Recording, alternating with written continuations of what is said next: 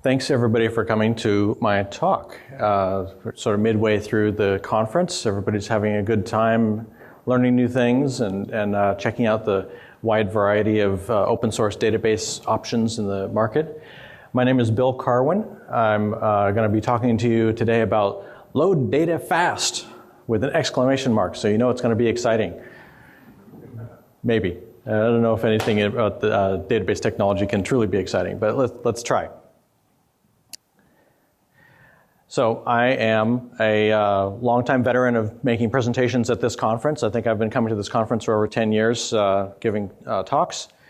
I have a career as being a software developer, trainer, consultant, database administrator, technical writer. I've done a lot of different hats over the time. Been using MySQL since 2000, and currently I'm working at SchoolMessenger, which is part of the corporation called West Corporation. Anybody here have kids who in school, in K-12 schools in the US, and you probably received phone calls from your school from time to time? That all goes through databases that I manage using MySQL. So we serve over 60% of the schools in the US and Canada. I've also written a book, which I have plugged here on the slide, a nice big picture, called SQL Anti-Patterns, Avoiding the Pitfalls of Database Programming. Some of you may have seen it before. And just this week, I got promoted to become an Oracle ACE director. Thank you. That's a great honor. So let's talk about loading data. This is what are we talking about when we're talking about loading data? It's volumes of external data that we need to get into the database somehow. And this can come up in a number of different scenarios. Maybe we need to do this periodically. For example, we get some delivery of data from some external source in a non-database format, and we need to import it into the database. This also comes up when we need to do dump and restore. If we want to move data from one database server to another one, we have to dump it to some sort of external format, either SQL or a flat file CSV kind of format, move it, and then import it somewhere else.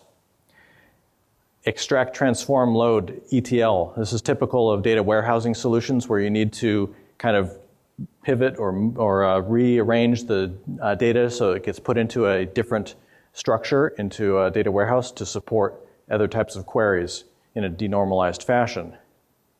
Or another good scenario is when you're trying to do large data loads for a test environments. To be able to do repeatable tests, you need to start from a baseline of data. And so there's a requirement to run these tests frequently, so you need to restore that data very rapidly so that they can restart their tests quickly.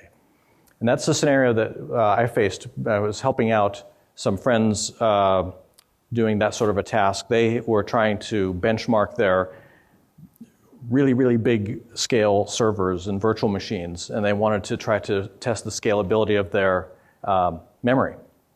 And we wanted to try to use MySQL as a test case to load a terabyte-sized buffer pool of data and then see how well that scales out on their virtualization layer for their memory. But loading even the data for a database for a terabyte size of data is a big task, and they were struggling to try to do that quickly. So they asked me to help to try to figure out what's the optimal way of loading data in there. So how to speed this up? We tried a number of different strategies, all different approaches to try to make this run faster, and sort of broke it down into different sort of categories of ways that we tried to approach the problem. So we'll talk about query solutions. Solutions are having to do with the schema design, configuration options or tuning the database server, and parallel execution. We sort of went through all of the different solutions, and I'll tell you at the end what we ended up doing. But for this talk, instead of showing that sort of terabyte-sized data set, I tried to do a more limited scope for testing. So I just have this pretty ordinary table with a few columns, an integer column, a string column, and a text column. I'm using InnoDB as the storage engine because I want to be able to eventually get this data into the buffer pool. So I wanted to say, let's load 1 million rows and see what the rate of data ingestion is as we try to import this in there. To do this, I created a PHP script. Nothing special, just something that loops over some artificial data, generates random values, and then tries to ingest it into the database. And I can share this script with you. I have it up on GitHub, and I'll put a link to it at the end of this conference, at the end of this slideshow. But my PHP script, you just tell it how many total rows you want to ingest, and it will loop over them and get it in there. I had a flag, no-op, on this usage that skipped the actual SQL part of it. It just looped over the rows, generating random values and not doing anything with them, just continue looping. So that sort of establishes a baseline. There's no way that the database could be faster than doing no work at all. And when I do this no-op, I can loop through this script and get through 432,000 rows a second. What about the worst case? What about the other end of the spectrum? To try to give some idea about what would be the most costly way of doing it, I inserted in my loop in my script 1 row at a time in a transaction, one row per transaction, and then disconnected from the database and then reconnected to the database. So maybe simulating an environment where you had a lot of web requests for a web application, and each request requests one insert to happen, and they're going as fast as they can. But otherwise, they're each in a separate request, so they need their own database connection. So that would be the least efficient way of doing it. And instead of the 432,000, I got down to 290 requests per second, or rows per second. Pretty bad. And in fact, you noticed in my total rows on this slide, I brought it down to 10,000 instead of 1 million, because it would have just taken an hour or more to load it otherwise. Question? Do you have comments after every row? Or?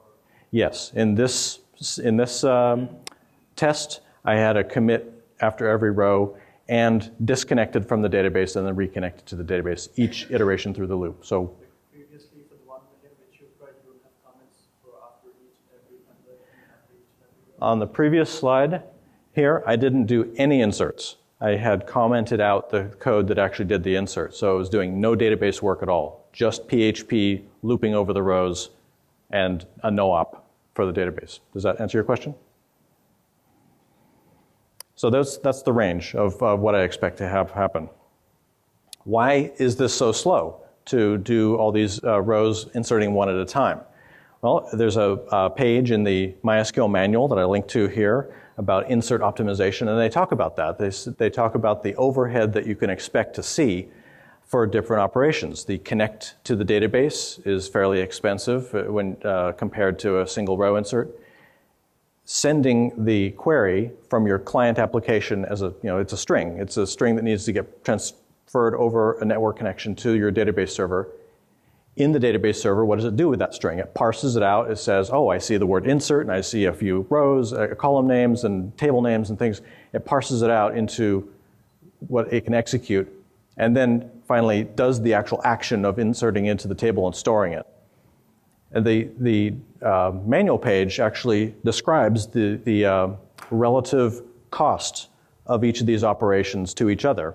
It's a very rough calculation, and just trying to give you a mental model for imagining what the ratio is between these operations. But you can see that the one that we really care about, the inserting row, is actually a fairly small part of the whole life cycle of this request, of connecting, sending the query, parsing the query, executing it, and then cleaning up, closing the query. So this is a great deal of overhead for a single row. What do we want to do about this? Well, we can try to change the type of query we're running. When we were running one row at a time, but reusing the connection, that would be sort of a more realistic data loading scenario where you're using one connection but loading all the rows during that course of that connection. So we eliminate the overhead of having connected, or at least it diminishes into insignificance, because for one connection we get to load 1 million rows instead of for one connection for one row. And then my rows per second gets a lot more favorable. I get up to 1894 rows per second. And I have options for my PHP script to control this. I can say total rows 1,000,000 and transactions per connection 1,000,000, 1 transaction per row. So we virtually eliminate the overhead of connecting. We still do have to connect, but I've taken it off of this chart because it's insignificant compared to the work we're doing. We're still sending a SQL statement to the database server, parsing it and executing it for each row. And so the ratio doesn't look too favorable still. What else can we do? We could insert multiple rows per statement. The insert syntax has support for specifying multiple rows in a single statement. So we are able to reduce the ratio of the overhead because we get more rows inserted for every one time that we parse and send that query to the server. And the syntax looks like this, where you'd have values and then you list multiple columns. Each of these matches one row in your database, comma, and then another one, another one, another one. And you can keep on going and build that up. At the very end, you sort of say, well, how many of these could we do? Could we do all 1,000,000 in a single statement? Well, depends. The length of a single SQL statement is limited by your max allowed packet configuration. How long can the actual text of the string be? Yeah. Or something else might be another limitation that doesn't prevent it but slows it down. Okay, good point. The log buffer, if you're doing transaction logging or binary logging, the size of that buffer could also be a throttling mechanism to slow that down. So there's some other tuning parameters to keep in mind too. But our mental model of the ratio of all this overhead looks a little bit nicer. For each time that we send the query and have it parsed, we're able to insert a whole bunch of rows. And this can vary. But I've represented it by this column indicating that there's multiple rows being inserted and then final cleanup. But overall, the amount of blocks on this diagram compared to the overhead ones on either side is a lot nicer looking. Inserting multiple rows, per statement gives us a lot better results, even 10 times as good, 11,680.98 rows per second. So we're getting a lot better here. What about the overhead of transactions? It wasn't really shown in my diagram, but it's significant. Beginning a transaction, then do all your inserts, and then committing the transaction has some overhead because it has to synchronize your transaction log to disk and so on. There's a possibility to do multiple inserts within the scope of one transaction. So you further reduce the overhead at the beginning and end of that. You don't begin a transaction and commit a transaction for every insert statement. You do multiple insert statements and get it done. How many of these statements can you do in one transaction? I've never come across any documented limit for that. There's probably a practical limit because there's ways that the InnoDB storage engine stores the record of having all these changes that can be rolled back if you ever decide to roll back the transaction. But in practical terms, you can pretty much keep on going and do a lot of operations in a single transaction. When I do this and run 100 insert statements, each of which is inserting 100 rows in the multi-row format, I can get further improvement to my rate of rows per second, 15,744. So getting better and better. A lot of this may be kind of rudimentary to some of the people in the room. I'm seeing a lot of experienced faces in the room, but my point is that I'm trying to bring some methodology to this. We may have some intuitive grasp that this is something that matters when we do this, but I'm trying to actually put some numbers to it and show that we can say, yeah, we can match our intuitive grasp of this to some actual measurements and then see what is the actual difference when we use these different techniques. What about prepared statements? Prepared statements allow you to further reduce the overhead. This is kind of a theme going. Reducing the overhead by eliminating the repetitious parsing of that SQL query. I'm doing the same query with insert every time for every set of rows that I'm inserting. Why not keep the fact that I've parsed it and just provide the values that I want to insert and keep on executing? I can do that. There's a API for doing a prepared statement, and then you can reuse the prepared statement, supplying new values for the rows, executing them, and then finally commit them. And you can vary how many times you execute this. How many times? I haven't found any practical limit to the number of times you can execute a prepared statement. But now the graph looks even more favorable. I can send my SQL query with the insert statement. I can have the server parse it and then use it again and again and again and again, eliminating the amount of work that we have to do to reparse it every time. And in each of those executions, I can supply many rows of data to the prepared statement. Looking better. What I'm seeing on the blocks on this diagram, I have a lot of blocks of work that I care about, the actual insertion of data, versus the small blocks on the end, which are the overhead parts that I'm trying to minimize the importance of. When I try to measure what is the actual impact of this, I'm using PHP, and PHP has a mode called emulated prepares, where you can run the same code, but in a mode where it's not actually doing prepare and execute. It's actually parsing and executing the statement over and over again in an inefficient fashion. And I can turn that on and off. So I can run the exact same code with the emulated prepares on or off, and I can measure the difference in time and rate of ingestion based on that. So with true prepared statements, reusing the prepared statement handle, I can get 15,744 rows per second. Doing the emulated prepares, so it's actually doing it the inefficient way and having to re-prepare the statement each iteration, a lot worse, about 2/3 the performance in this case.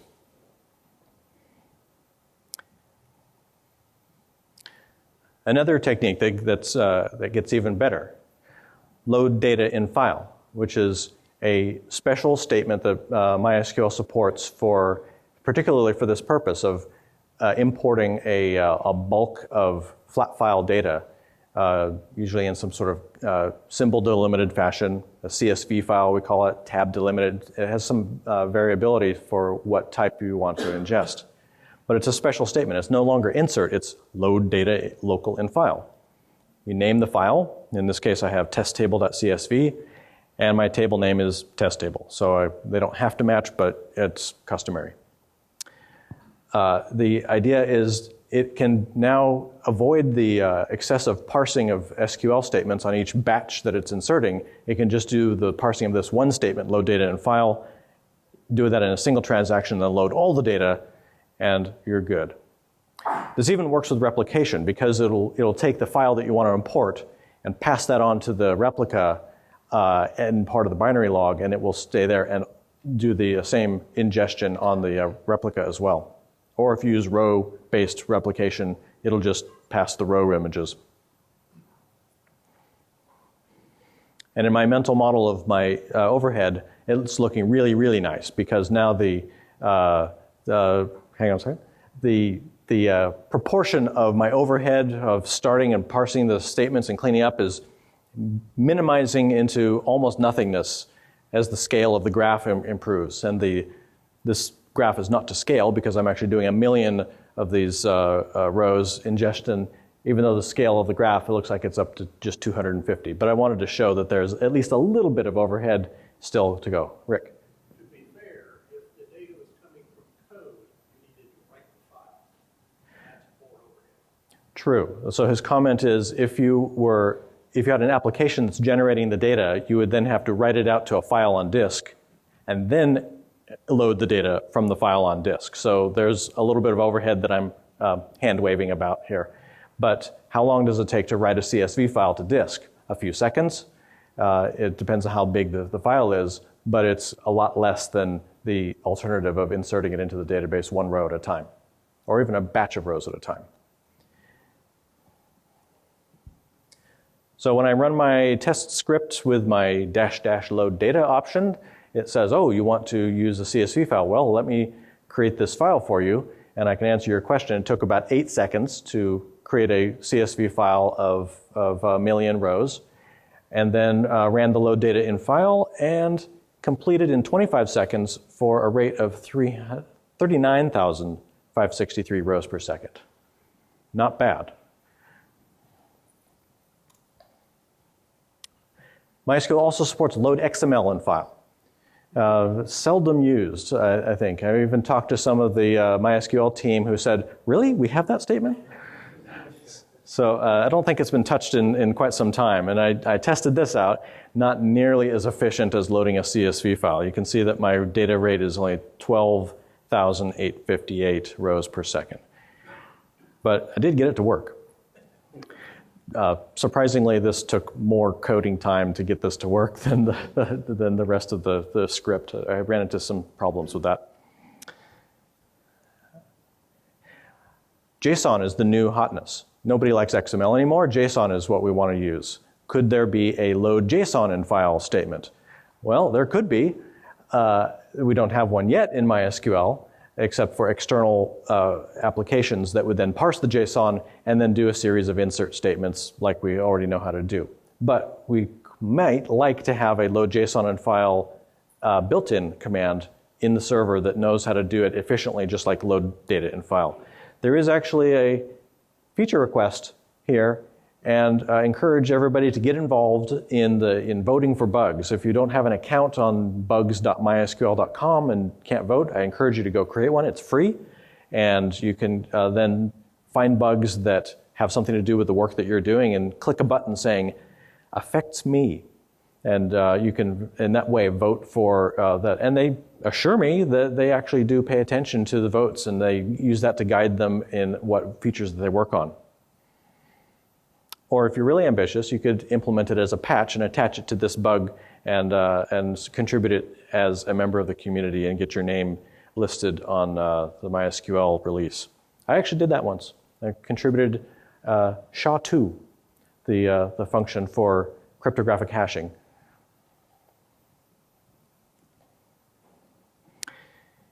Schema solutions. What about indexes? Indexes, we were told, give overhead. In fact, I've heard people say, I never use indexes. Indexes cause overhead. And I'm like, no, the indexes help you for certain queries. Yes, they cost something to maintain, but you want to use the indexes where they matter. But yes, they do cost something to maintain. How much do they cost to maintain? We've all heard this sort of qualitative statement. Let's be quantitative about it.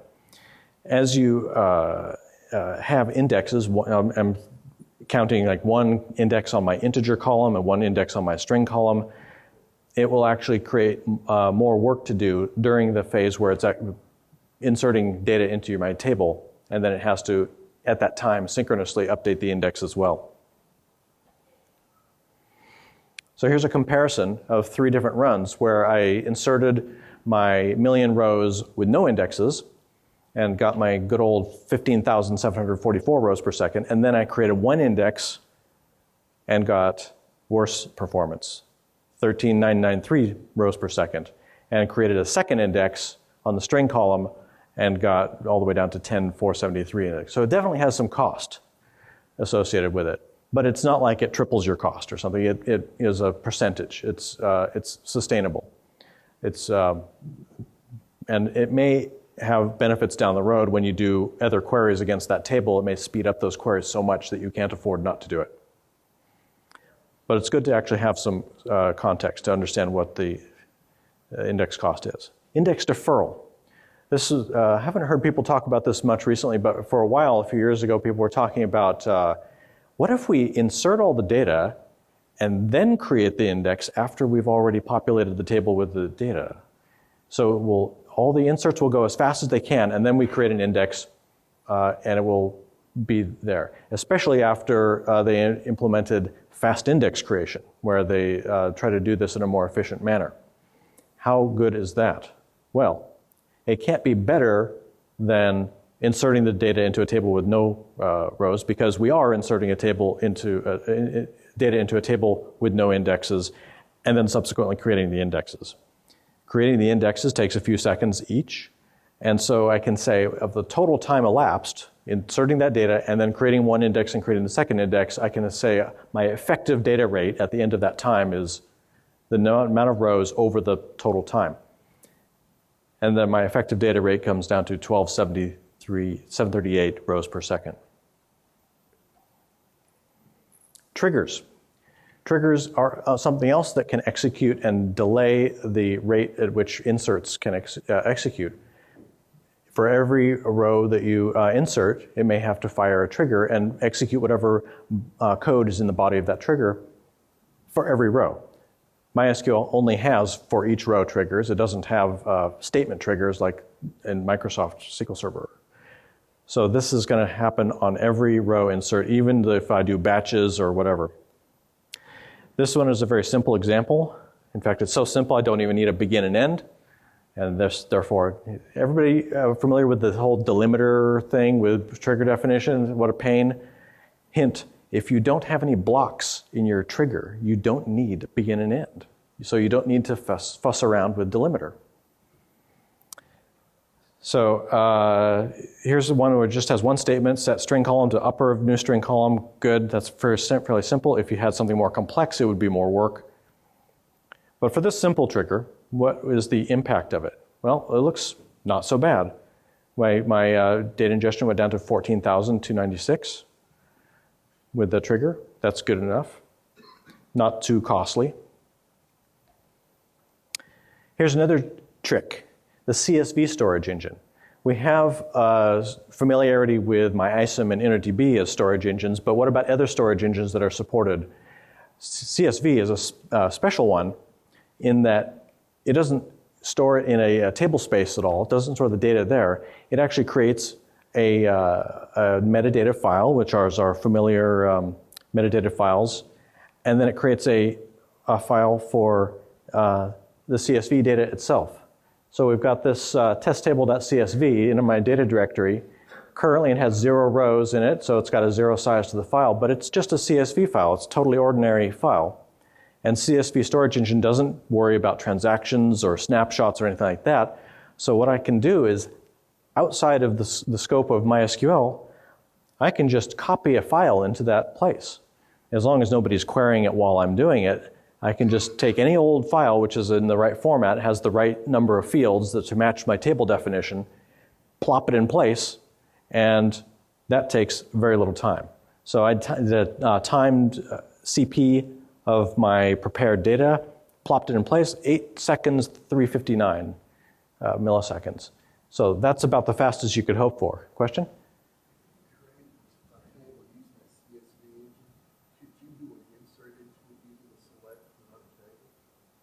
If you create the definition of the table using the CSV engine, and then could you use a SQL to insert into it from a select? Yes, you can. Yeah, you can do both inserts and selects on that. I don't think you can do deletes or updates on the CSV file. Question?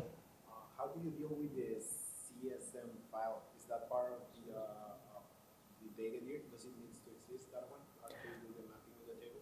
So this CSM is created automatically when you do your create table. It's managed by MySQL. Oh, okay. You don't have to make that file yourself.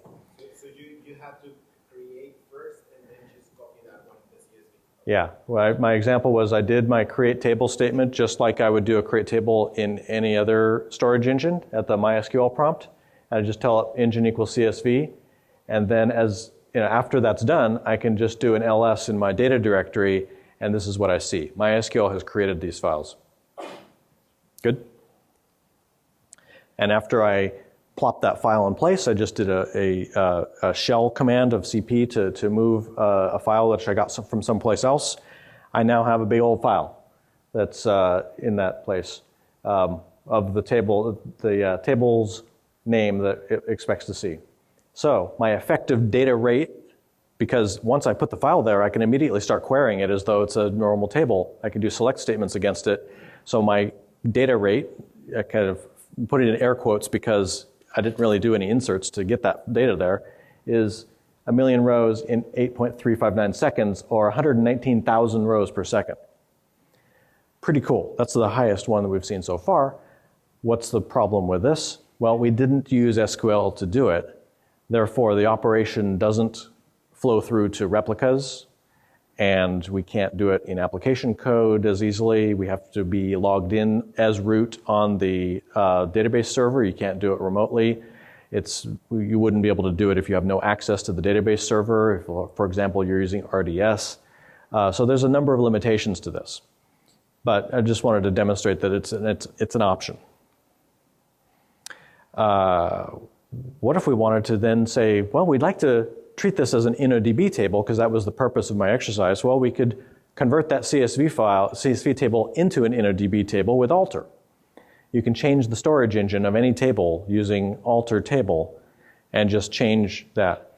In this case, I also decided to add a primary key constraint to the table in the process of changing it, and then time how long that's going to take. So it takes 1:37.73 seconds, which I then have to keep in mind as part of the time that it takes to do the full ingestion of data, both the moving the file in place and then the alter table.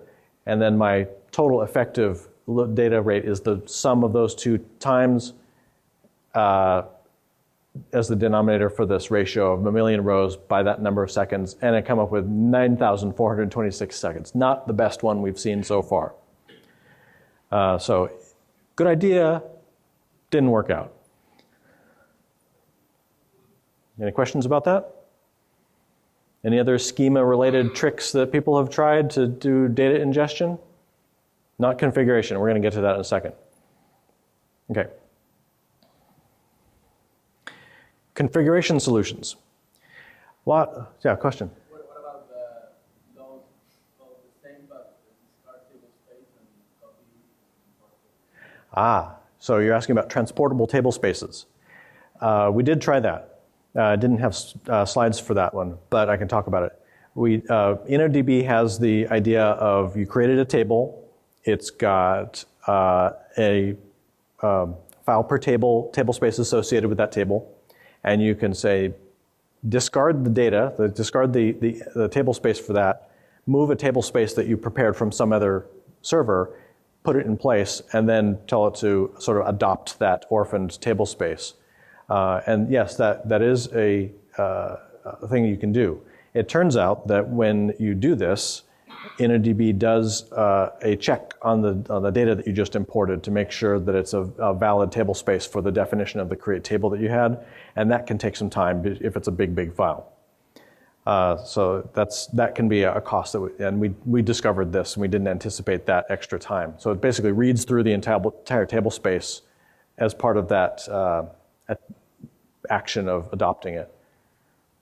And it turned out to be not as speedy as we were hoping. I think there's an option to turn that off, to tell it, just trust me, this is the right kind of table space, just do it. But that's risky. So configuration solutions. I tried a whole bunch of different configuration options. I won't bore you with all of them. I'll just tell you the end result of what I came up with.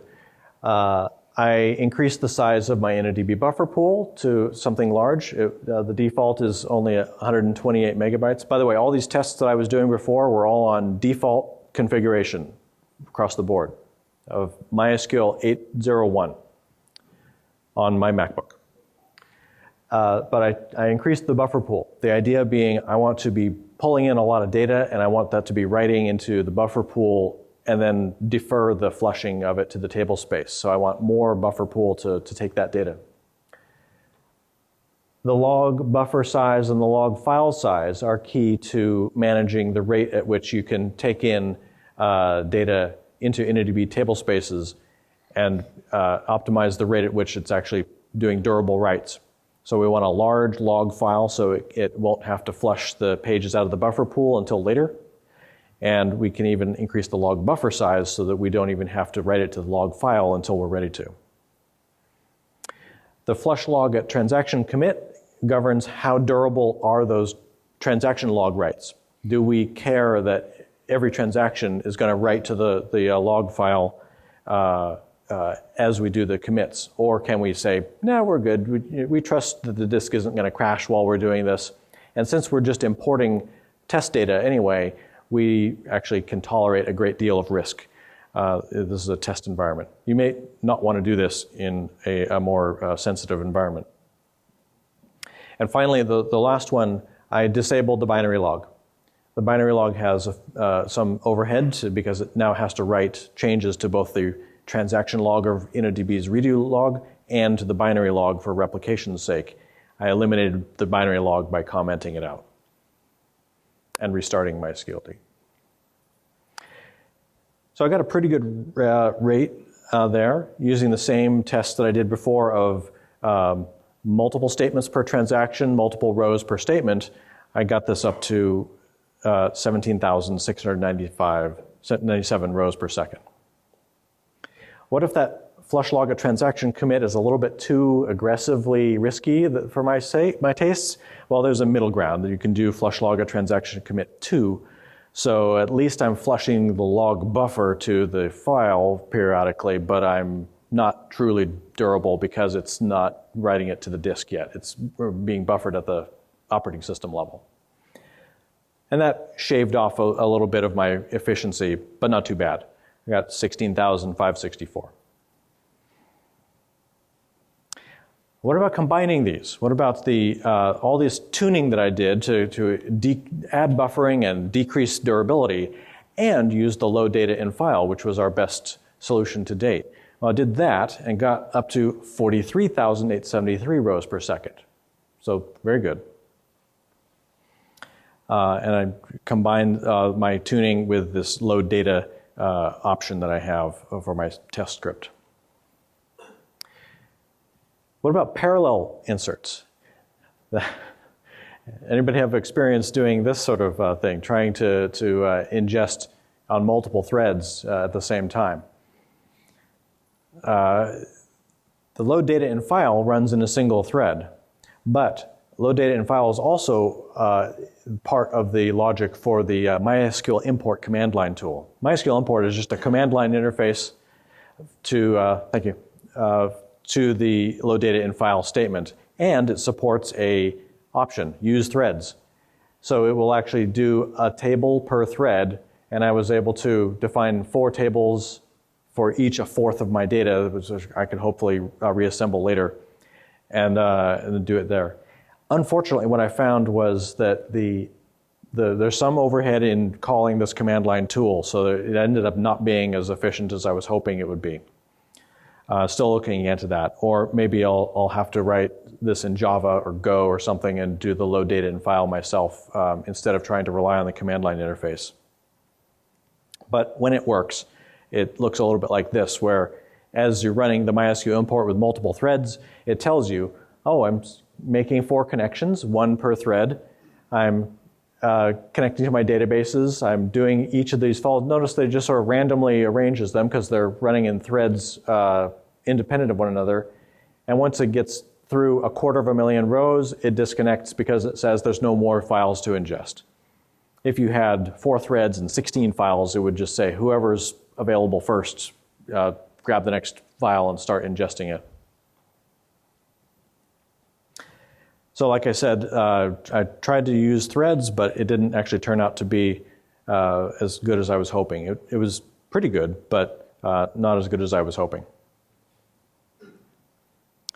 So the conclusions, what we ended up seeing, quite a difference in the different methods that we've talked about. The ways that you can buffer things, you could combine multiple rows into one insert, you can combine multiple inserts into one transaction and try to be more efficient, reduce the overhead at the beginning and end.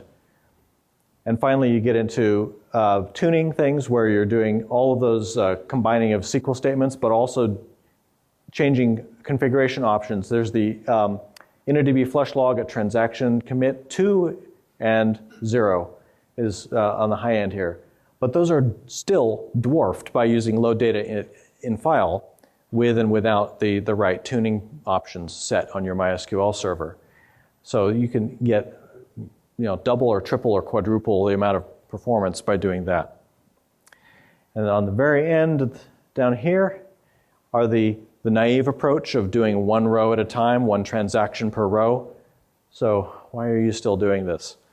A lot of applications that I see, particularly applications that are written with convenient frameworks and ORMs and things like that, where they believe naively that writing a row to a database is no more expensive than writing a property to an object in memory. So the persisting the data to the database has some overhead, and it does some good to try to pay attention to that. My script is available in case you want to play with this yourself, because of course all these measurements are going to vary based on your server type and how much data you have, so you can play with it yourself. I have a number of other scripts. Some of them are kind of sketchy, some of them are more finished, but they're all in this repo called BK Tools up on GitHub. Oh, and the last thing, what did we ended up doing for this client who wanted the terabyte-sized test data? We cheated. We loaded it once. It took several days to load, and then we took a snapshot of the file system. And that way we could reset back to the beginning state for the tests at any time by restoring the snapshot of the file system. So that turned out to be the path of least resistance for their case. Obviously, this requires you have to down your MySQL server for both the snapshot and the restore. You may not be able to have very good performance for writes while you're holding onto that snapshot. It has some downsides, but for their particular test case, for what they were trying to do, they were trying to test memory scalability, not database scalability, and it worked out for them that this is the best solution. Question? Rick? Item variant would be LVM snapshots. Or is that what you were doing? LVM snapshots would be a variant. The difficulty with LVM snapshots is that while you're holding onto the snapshot, the file system write performance is terrible, because it's got to then journal the writes to the journal in addition to the holding onto the snapshot. Once you say, I'm not interested in the snapshot anymore, I release it, then everything goes back to normal performance. But LVM snapshots are a bit tricky on a database server. Any question? Giuseppe? Did you try partition? Did I try partitions?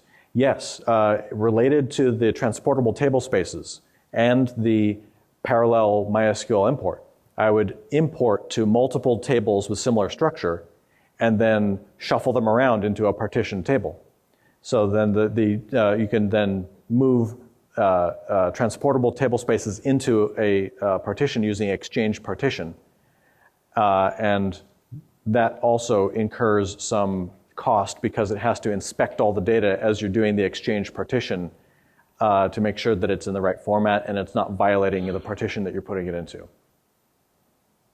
Because if your partition is ranged between this value and this value, it has to make sure that the data is legal for that partition. So you didn't get much? No. There is a setting where you can say, don't care, just trust me that the data is correct, and that can speed it up, but it's very risky. You, sir. So with OS settings, like multi-device, the I/O elevator, stuff, Linux settings related to I/O, latency and throughput, would it be considered part of this thing? Because it could affect the way you're writing and using the latency and I/O supporting your I/O big deal. Good point. In our number of requests at UDEPs, Yeah. is it on the host? Is it in the fabric? Is it in the SAN? The I/O elevator deadline and more are tourists for affecting these things. So it's time. Part two, we need to see these. Okay. Very good. I did work with them, and the affect this by at least 40%, at least. Yeah. Especially number of requests. The read ahead page, because it's direct I/O, native direct I/O does not really go through the file system cache, but number of requests and I/O elevator are very, very sensitive. Lots of systems that use SSDs and flash arrays. You do not have the right settings for the spindles or SSDs, which is 0, 1 on the blood device. Once you switch it to 0, you gain lots of I/O, especially with writes. So let me try to summarize for the rest of the group. your point is that the settings that you have at the operating system level and the hardware device level can have a big effect on I/O throughput, and it has to be tuned very carefully for the type of hardware you have, SSD versus RAID versus whatever type of disk system. There's I/O schedulers that you can choose, all sorts of settings. I didn't account for any of that in this test. I was doing this based on my MacBook, so at least I was having the same environment for all these tests. But you're absolutely right that the rate of I/O is changes characteristics a great deal based on what type of RAID 5 versus RAID 10. You can make a lot of changes there. So thanks very much, Solomon. So I noticed that you take a file system snapshot. I didn't see the slides that might have compared actually copying the entire file system over the database you wanted to load. Exactly. Have you tried that? That was, so the question is about the cost of actually creating the snapshot of the file system for this scenario. And because it was a one-time action, they were willing to bear that cost. So they were willing to say, let's load all the data. It takes 72 hours to load the data. Then we create a snapshot. It takes a couple hours to make the snapshot. And then we have a snapshot, and we can restore it at any time. And the cost of restoring it may be still a couple of hours each time, but it's so much better than reloading the data that they were happy. And it was, a net win after all. But yeah, you could try to calculate your sort of imaginary effective rate of data ingestion for each of those restores of the snapshot and compare it to apples. I still see people who are still clinging on to MySQL specifically for that reason. Yeah, I mean, MyISM, thanks. MyISM has few and diminishing benefits, but things like table scans and rate of insert is still a scenario where MyISM can be useful. The other one is size of footprint. I have one table in my production databases where I can't use InnoDB because we don't have enough disk space provisioned on that server. I have to use MyISM because it's half the size. Another question, sir? You mentioned replication a couple times. I think it would be interesting to run some of these tests. I think most of these techniques would be about the same performance in replication. But for example, the fastest technique is load data in file, which would be actually block the single-threaded replication screen. So if that's running for a minute, any other changes that came in concurrently would be blocked by that. So that's a replicated environment, you have to consider that as well. Yeah, that's a great point, because if you're doing many inserts, even inserts that are many rows at a time, they would naturally interleave between other events that are in their binary log. Well, actually, no, they wouldn't, because transactions would interleave, but because they're all written to the binary log in transaction commit order. But they would still allow for some time for other concurrent inserts or other work to happen at the same time. The load data in file being a giant amount of data would naturally be not breakdownable. Faster approaches are the least replication friendly. Yeah, true. Smaller transactions more replication friendly. Good point. Any other question? I saw a hand over here. Yes, sir. Postgres has a template concept that makes this kind of thing trivial, but not using Postgres. Are you aware of any efforts in MySQL to replicate that kind of situation? So you're asking if there's any plans in the MySQL world to mimic the Postgres template concept. I'm not actually. It's basically like you have a skeleton template and you can just clone it, and it's essentially as fast as you can clone the files on this. Okay. I don't know of any tools to try to do that with MySQL. I guess the closest thing would be transportable table spaces, so that you could have a table space hanging around ready to go, and then you make a transportable InnoDB table, CP, with your just operating system CP, that transportable table space into the right position, and then tell the InnoDB table, now use that. So it would be pretty speedy in that case. I'm not sure that there's really tools surrounding that to try to make that available, convenient, but the technology exists. I was more wondering if there was maybe an outstanding feature request to be voted on. I don't know of one, but there could be. Some searching is in order. Thanks so much. Enjoy the rest of the day and the rest of the week.